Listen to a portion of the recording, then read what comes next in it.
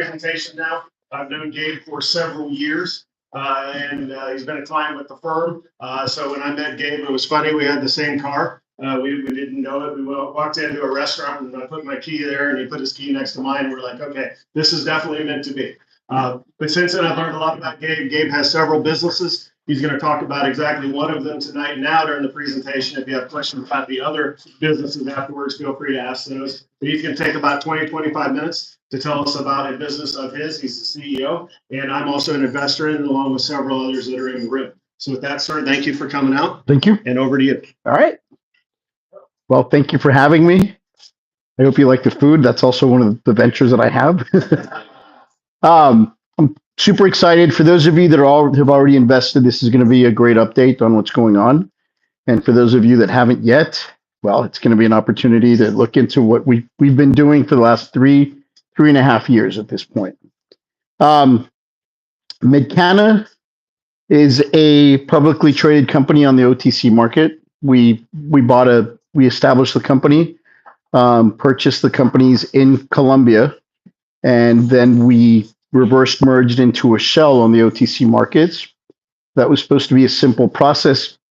A shell is a company. This company had been founded in 1991 and had operated in multiple capacities. So cleaning that up took a little bit longer than we expected. We're very close to finally cleaning it up. We own a total of 7 cannabis companies in Colombia. These are fully licensed companies that have the capacity to grow, process, and export cannabis. One of these companies also has a genetics license that has where we can register up to 100 varietals of cannabis that will be our own genetics that we can sell. Why 7? Because once we are certified at pharma grade, the road seems to be pretty clear that we will land the pharmaceutical clients, and then they will want to purchase these companies. I saw that early on through a couple of CEOs that I met in Colombia, and I saw that that's the path. So we have 7 possible exits. The other thing about the 7 companies is these licenses are mobile, so we can change the geographic area, expand into other areas, and it gave us just a lot of control and a lot of options into how we were going to get into the market. We also own one ag tech company that was supposed to be the vendor that was going to provide our greenhouses, irrigation system, control systems. We saved a lot more money by taking a majority stake. We took a 60% majority stake in this company, and we are now one of the leading ag tech companies in Colombia. It's another very exciting. I'm not going to talk too much about that, but we just landed the director of sales for Netafim, who is the largest, most technologically advanced irrigation company on the planet. They're Israeli. And the director of sales just came over to us, bringing over a tremendous amount of opportunities in coconut plantations, banana plantations, coffee plantations, cacao, and obviously cannabis. And these segments. The ag tech company will be focusing in that segment. We expect to have a couple million in profits this year out of that company alone. The numbers I'm going to show you don't include that here today. So mission, my glasses on. To become a global leader in pharmaceutical grade cannabis and production and distribution, to leverage innovation, sustainability, and traceability, and to deliver top tier cannabis products. We will be the largest cannabis producer in the country once operations are set up. It sounds a little bit crazy and a little bit too aggressive, but we're going to have 27 acres of greenhouses. I'll show you what the plan looks like. Why pharmaceutical cannabis? The effects and what cannabis does is amazing. The cannabinoids have so many treatments that they can impact neurological disorder, pain and inflammation, mental health. It goes autoimmune and inflammation, endocrine, pediatric applications. There's so much on the therapy side. Dave, I've got to mention you guys. I mean, Dave Hafner, you guys have a child whose life changed entirely thanks to cannabis. So an epilepsy with so many things and so many more that are still in the pipeline for. I was just talking about that. Colombia has maybe 40, 50 drugs in the pipeline in development with cannabis use, and so it's tremendous, and it's going to continue to grow. Global opportunities. I'm going to talk about the three most important global opportunities. I had the opportunity to travel to Brazil. I was invited by the second largest pharmaceutical company. This was 2.5 months ago. Brazil, 3 years ago, decided to release 120,000. Yeah, this was in 2024. I'm sorry. They had 120,000 people in prison for carrying 40 grams or less of cannabis. They ran the numbers, and they were saving millions and millions of dollars if they released them. So they passed a law that you can now have 40 grams of cannabis, recreational or pharmaceutical, and not be in trouble. And then they realized immediately, well, wait a minute, where are these people getting the cannabis from? And obviously from the criminal gangs and criminal element. So Brazil is in this process to be able to have dispensaries with private-public partnerships that are going to be providing pharmaceutical grade cannabis to approximately it is 100. Well, Brazil's population, I believe, is 250 million, and there's something like 3 million people that are going to be able to purchase on a monthly basis up to 40 grams. So the demand is going to go through the roof. The other thing about Brazil is they will not be legalizing planting cannabis and harvesting cannabis in Brazil because they understand that the criminal element will take control of it, and they won't be able to control it. The primary import will be initially from Colombia. However, the requirement is 360 metric tons per month. Colombia only exported about 15 tons last year. So this is going to put a huge dent on the global market. They will be looking to other markets. Thailand was a very large producer. Thailand rolled back the law on cannabis production. They didn't have the correct legal and regulatory framework, and they decided to cut back on it. So supply is going to be very limited in the next few years. Europe and Australia, there's a 18.33% growth at year over year. This is in Germany. The legalization efforts across the continent are continuing. Switzerland just legalized full legalization of recreational THC in 2 of their states. And again, it continues to be deregulated. The Australian market is what we're very interested in as well. It's tremendous growth. We are currently in the process of acquiring licenses to import and distribute pharmaceutical cannabis in Australia. We're about a month and a half away from obtaining those licenses. What that does is it gives us a very close link to the consumer. We take out the middleman, we maximize margin and profits. What are our core strengths? Again, we've got these 7 companies that are squeaky clean, regulatory compliance is perfect. We've got 259 acres of land. Within those acres of land, we'll have 27 acres of greenhouses. And that is humongous. We have an ERP technology platform that we acquired as well. One of our acquisitions that I didn't mention in the beginning is it's a blockchain-based ERP platform that we will be using to manage our production from plant to final product. And then, of course, we've got international strategic partnerships. We already have purchase orders from Germany. We have 2 clients with purchase orders from Germany. The only way we can plant, by the way, we can start a crop is if we go to the Ministry of Justice with a purchase order. They validate that purchase order, and then they give us the permit to start that crop. We achieved that a few months ago. My ag director was in Germany at the largest cannabis show in Berlin last week, and we came out with another client. We currently have all production. As we ramp, all production will be sold through 2029. And so, again, right now, Germany will be our first export. We are focusing on changing that and focusing on exports to Australia once we get our license. We will not only be exporting our product, but we will be able to certify other producers that are within the GAC, the general accepted practices. There's a certification. Once they get past that, we can pack and process in our facility, and then the product can be exported to Australia. We are working with the Australian government to be certified in Colombia, so that our facility is an Australian certified facility in Colombia, and that's huge.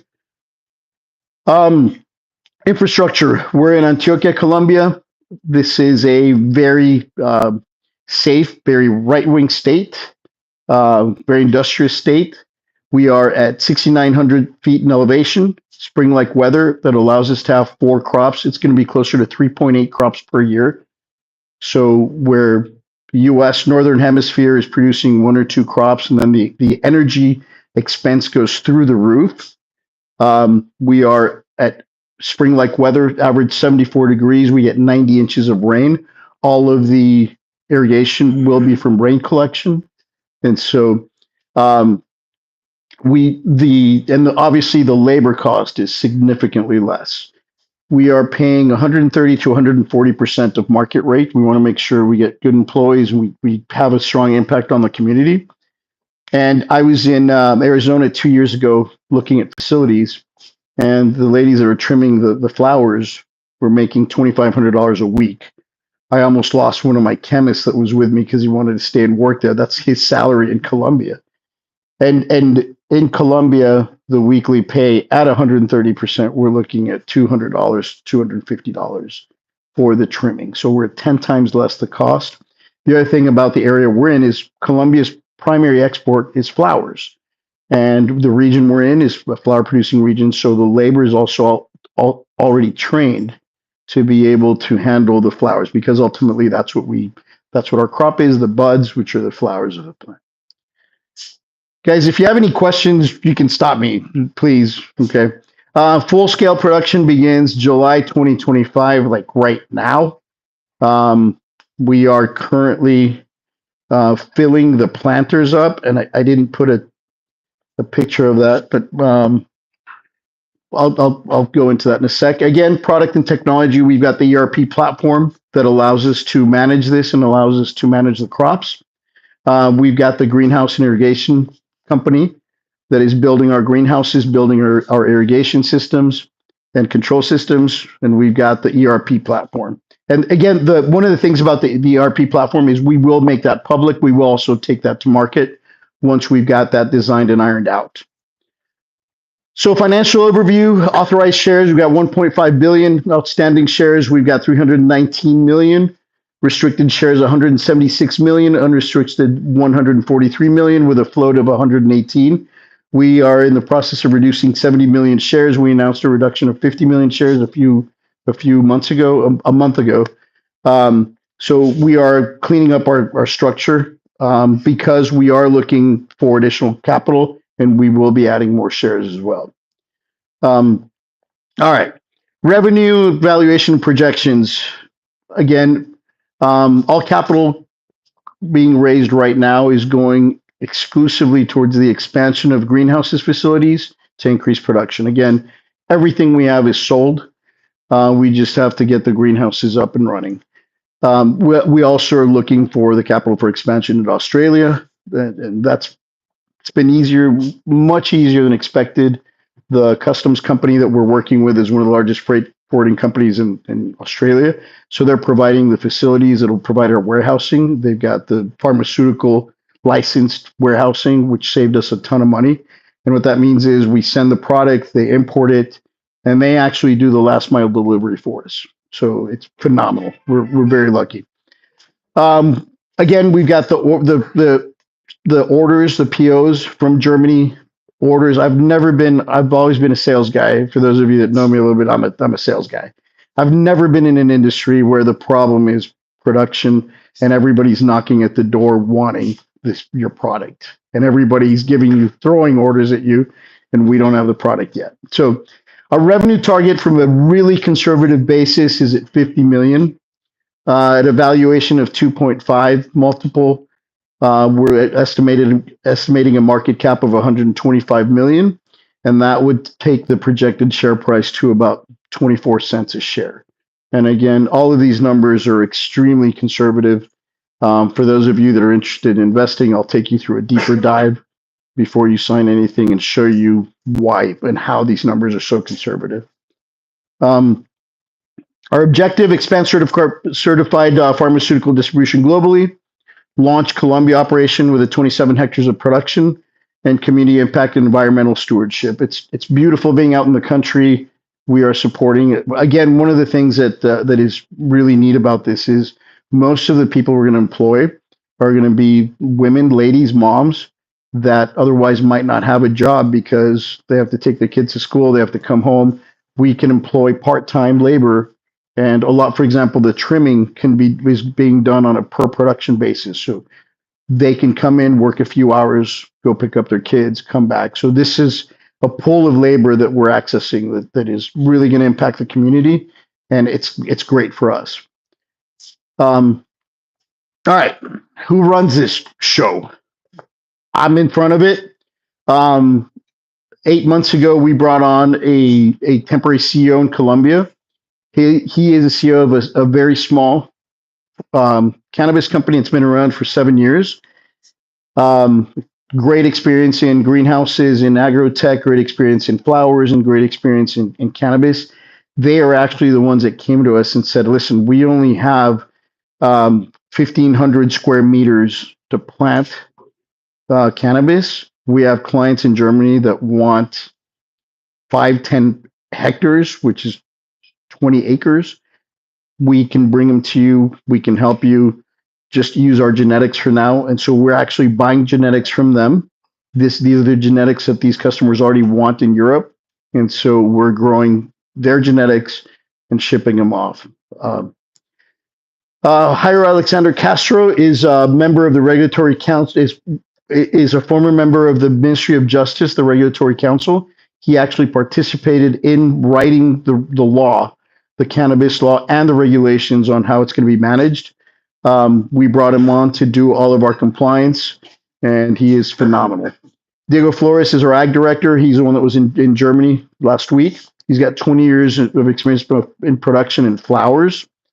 One of the things I saw in the industry over the past 3 years is it's still an industry that is not very technical and scientific. A lot of it is the old master growers, the guys that talk to the plants and they have a master grower, and you meet these guys and they don't have all their neurons because they're usually smoking and they're playing music to the plants and stuff like that.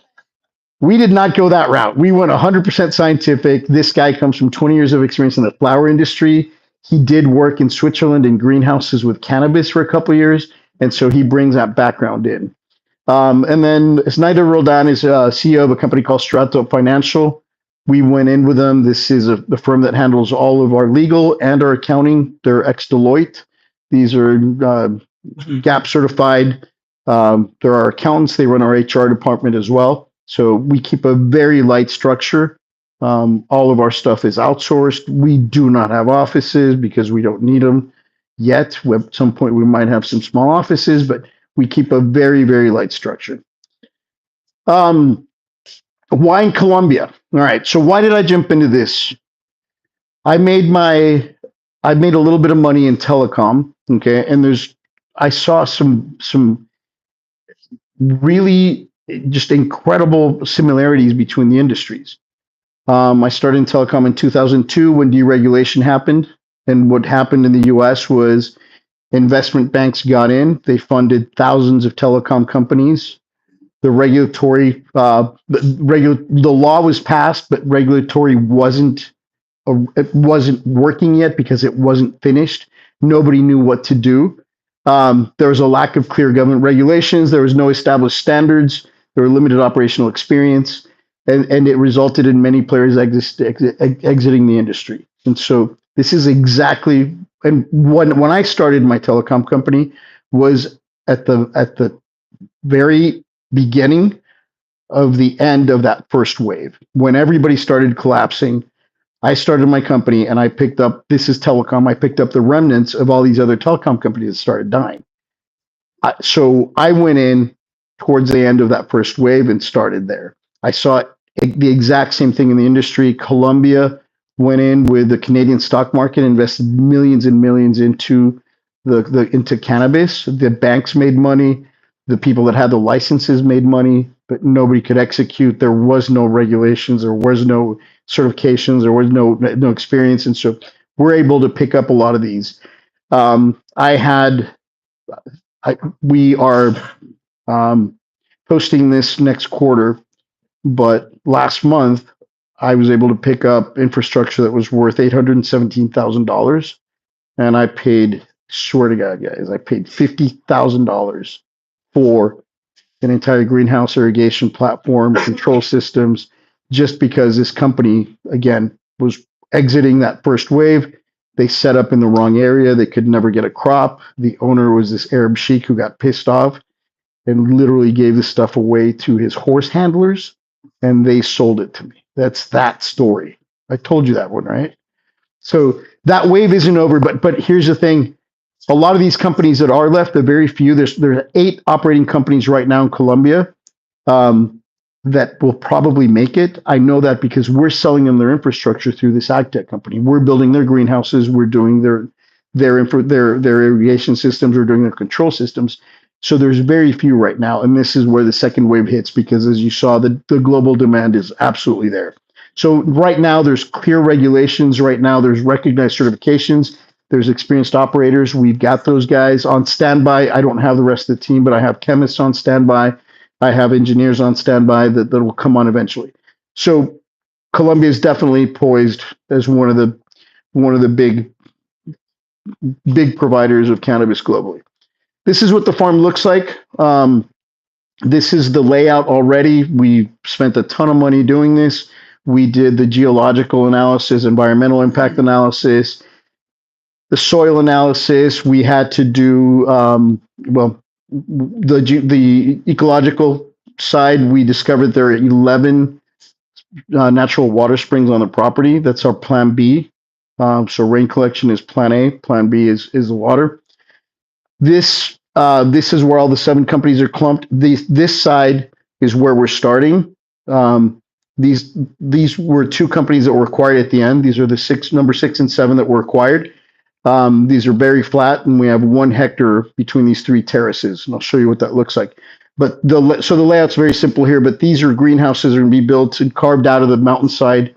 There's a lot of dirt that we move. It's very soft dirt and very easy to move the dirt, but we have the ability to, this is what it will look like, what the layout's going to look like. Also, it's numbered based on how much dirt we have to move, what the cost is to get the operation started. Yeah. Cameron, once the initial operations get going, greenhouses, they're going to be open air growth, or are you going to utilize the rest of the property, or is it all going to be greenhouse? Right now, we're focused on all greenhouse. Okay. Open air is good. The problem with open air is we have too much rain. It's too much water. So there is a fungus, botrytis, that is the archenemy of the cannabis. And if we don't control that with fans and with humidity, we don't get a good crop. All right, and so this is actually what it looks like, those 3 terraces. You can see the 3 terraces. We finished this facility, the 25,000 square feet. That's going live in the next week. We have the planters in place, coming in this week. It's going to be a total of 8,400 plants. As we go through this first crop, we are starting construction on the first terrace. You can actually see all the metal there because it's already there. And the crop starts in cycles. We're harvesting weekly. And so we can't plant everything at the same time. Otherwise, we have a harvest of tons and tons, and then people don't do anything. And anyways, so right now we're starting with this. The first crop goes in. We have 3.5 months before we harvest the first crop. In the meantime, we're building this facility, and we're building the processing facility. It's going to be in this area. So everything is moving in the right direction. This is where we collect the rainwater for this portion of the farm. That's already set up. Pumps are set up. Rain collection canals. You can, if you get closer, you can see the rain collection canals. We harvest them off the roofs of the greenhouse. And all we need is like an hour and a half of rain and the reservoir fills up. So, all right, whip them. What's in it for me? Because that's what you guys are here for. We backed away from the larger investment banks. They wanted a very large amount of investment, but a very, very large amount of equity stake in the company. We've been footing this through friends and family for the last 3 years, and we're very, very close to almost bootstrapping the entire thing. So instead of raising the 5-7 million that we're going through banks, we're going to cut that back and offer the same thing to the friends and family round. And so right now, what we've got is convertible debt that we're raising at 10% interest rate. It converts to a stock price of 0.002 cents. We have not had revenue. We haven't had reporting. One of the things that happened to us because of the shell, and I say this to the guys that came in first, is because of the shell, there were investors that had a lot of stock sitting there for years and years, and there's been a lot of dumping of that stock. We have seen an end to that recently. Stock volume finally went down, and that means that we're out of that side, and we should start seeing the stock come up naturally based on supply and demand. The other issue we've had is there's not a lot of supply of stock. The friends and family that come in that have converted are not letting go of the stock. So we will be increasing the stock that's on the float a little bit through a small bank that we've cut a deal with. And again, there should be quite a bit of volume at the prices we're closer to where we should be at. But at this point, the strike price is at 0.002. 1 year hold after the conversion. Conversion's 100. It's 180 days before it can be converted. The minimum investment is $10,000, which equates to 5 million shares at a convertible and not guaranteed. My lawyer told me to make sure I said that. But if it got to 12 cents in 12 months, you're looking at 600,000. I mean, the returns are that big. The possibilities are that big. The cannabis industry in the U.S. is also in an insanely depressed state. This is going to be the second wave. We know we'll have the revenue.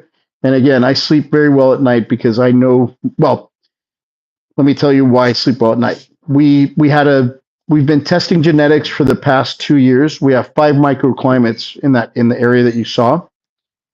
And in these microclimates, we built small greenhouses and we tested crops, full crop cycles. We haven't had any issues.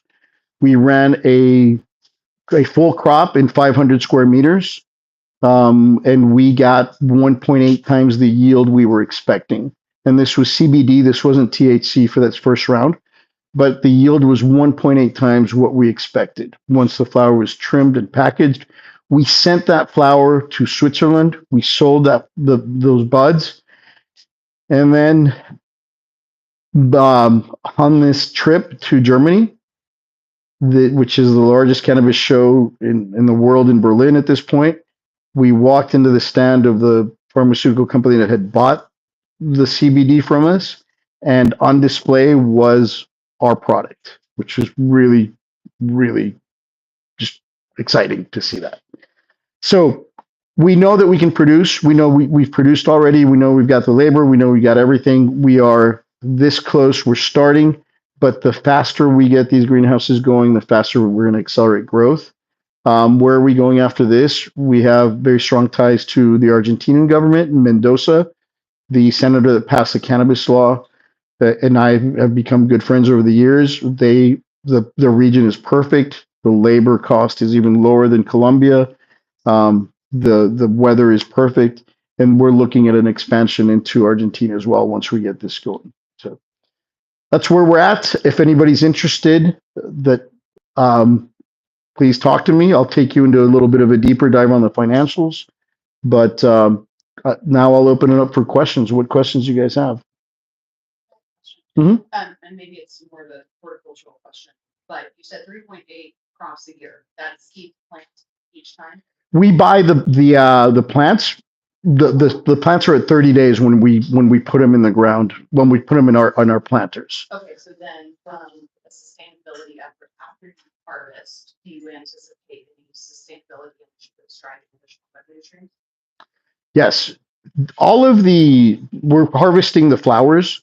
There's a whole other industry that we'll dive into once we have the rest of the plant. It's a little bit hard because the plants have THC and they're regulated by the Ministry of Justice. So we have to have enough economies of scale to go into that business. We can't even use that as compost right now because it's got THC.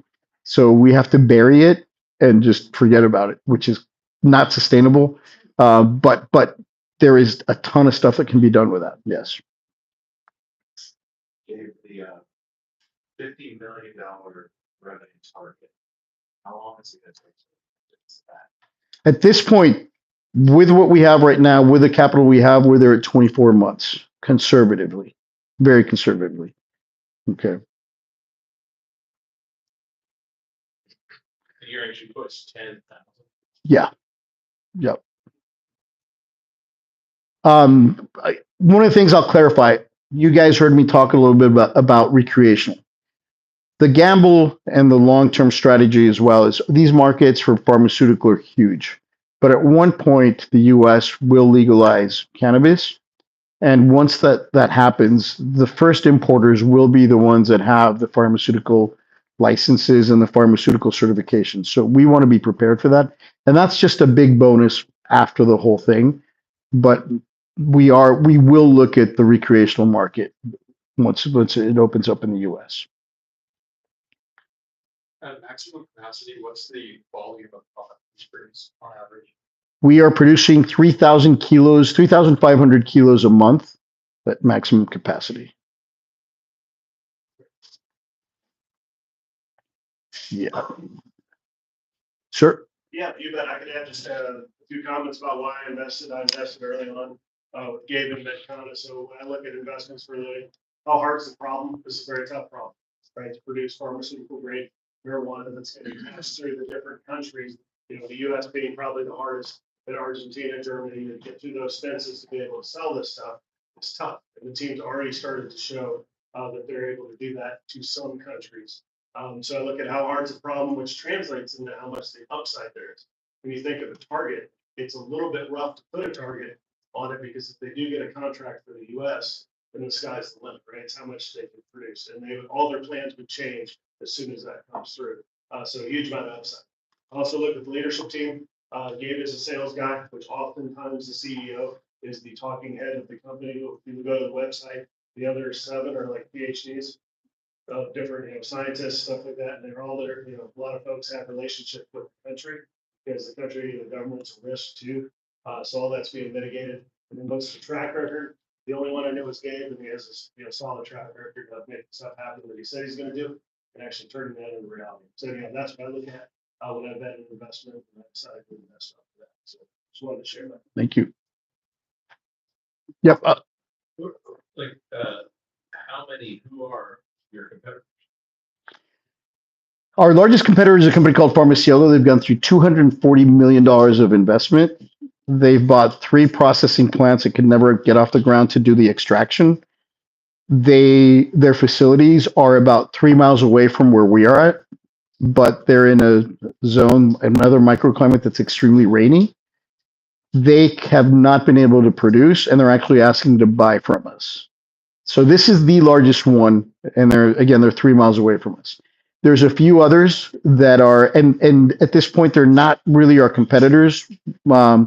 There's a company from Arizona. It's called Earth Healings. They have a facility down there, and they're expanding to 5 hectares, which is 10 acres. They're going to be quite large. We have a very good relationship with them, and again, they're our clients on the ag tech side. But as far as competition, what happens is I call it in Spanish, we call it the raffle of the tiger. When you go buy a ticket for a raffle for a tiger and then you win the tiger, what do? Right? Now you got a tiger. The problem with pharmaceutical companies outside of Colombia is When you get a contract, they want 2,400 kilos a month.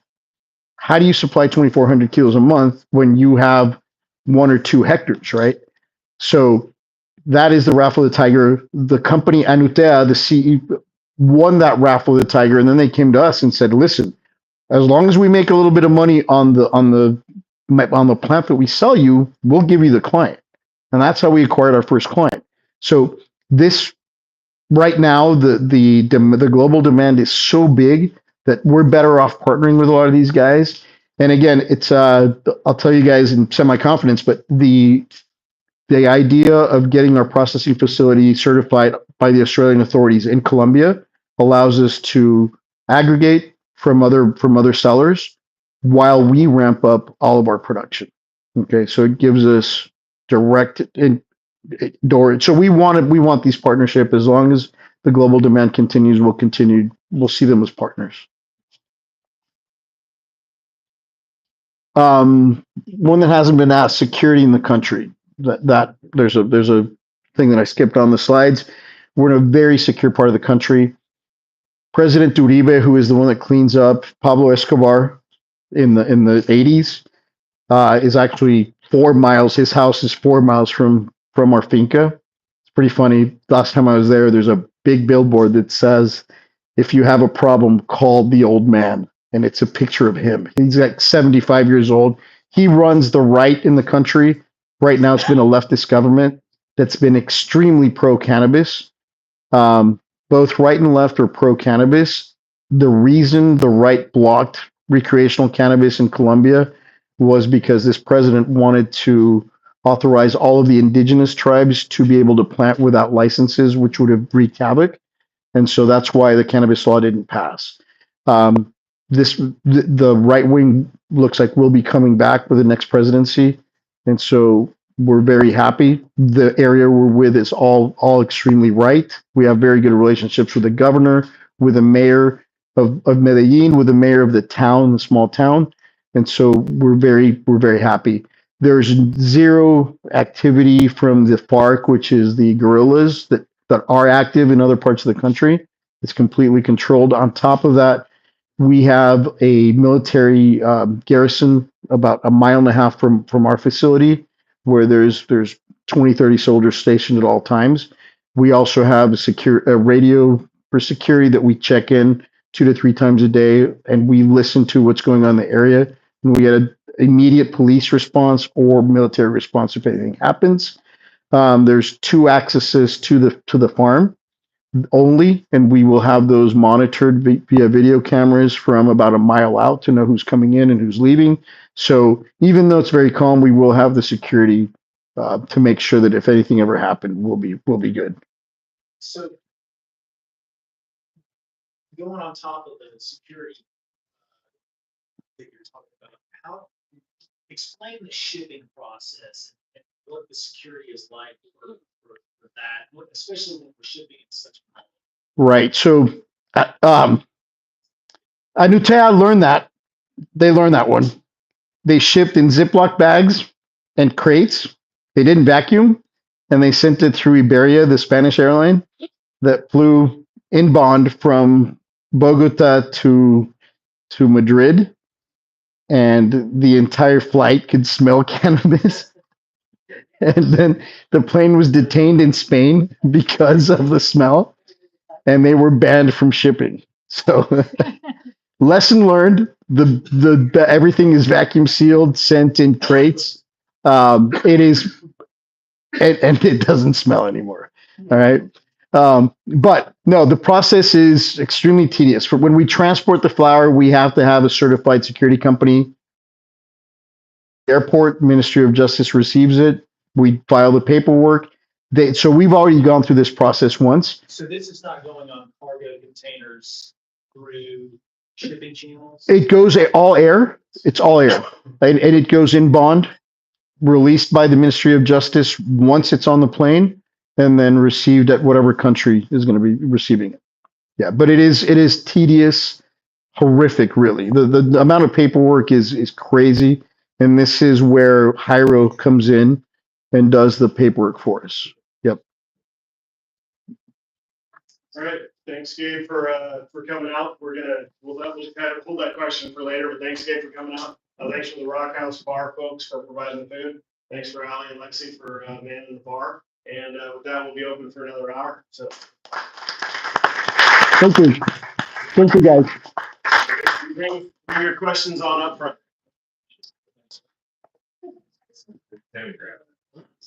Hmm.